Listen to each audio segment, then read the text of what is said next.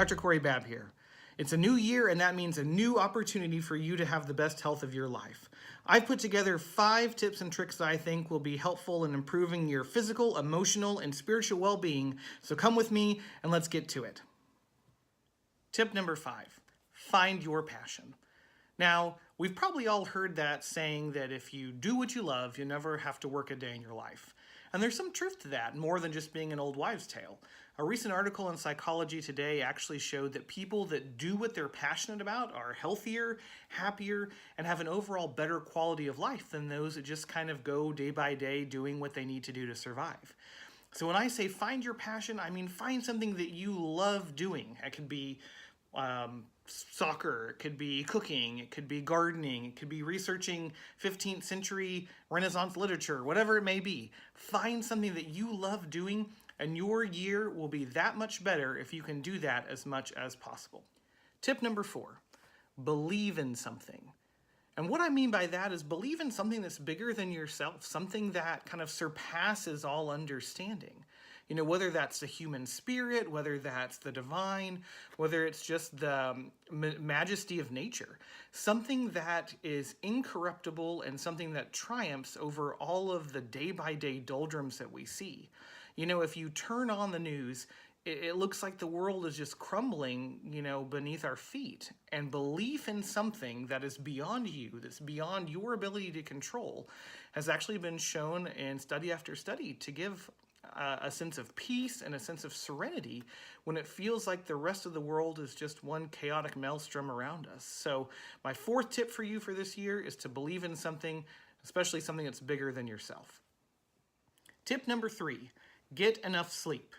If it's 2 in the morning and you're watching this, turn it off, unless you're working the night shift, obviously. Then by all means, keep watching, please. Adults need between 7 to 9 hours of sleep a night. Kids need a lot more than that. And for every night that you're not getting that necessary amount, you're entering what's called a sleep deficit.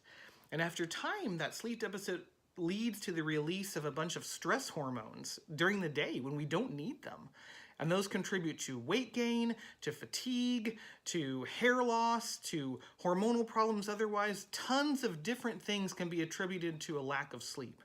There's actually a study that they looked at sex drive in older women who are past menopause, and they found that getting adequate sleep every night was more beneficial in improving their sex drive than taking certain medications that we use for low libido. So the moral of the story is you need sleep, and you should be trying to get as much of it as you can. Now, personally, I hate sleep. I understand I'm guilty too, but that's one of my goals in 2019 is to get more sleep, and it should be one of yours as well. Number 2. Get your scheduled screening exams.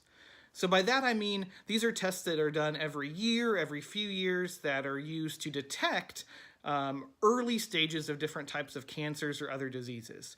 So starting in your 20s, 21 for women, we want to start doing Pap smears, and those are every 3 years from 21 to age 65. Now, there are a couple of other things in there that can change that screening, but that's a good kind of overall schedule.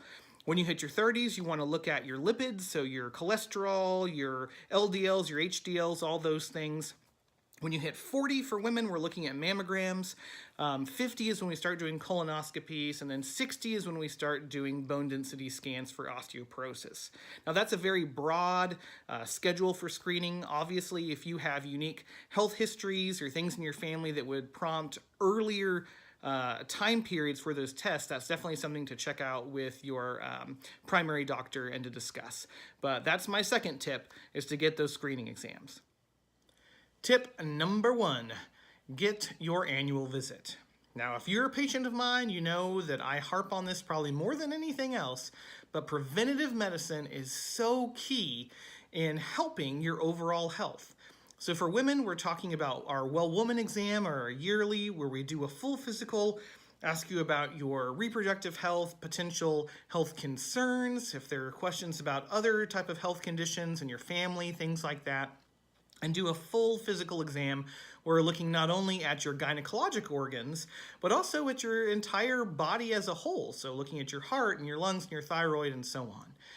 These preventative medicine exams can catch things early on and can prevent disease processes from blowing up out of proportion or to getting to where they're completely debilitating. So honestly, out of all of these 5 tips, if there's one thing I hope that you will do in 2019 is to go and see your provider and get your annual exam.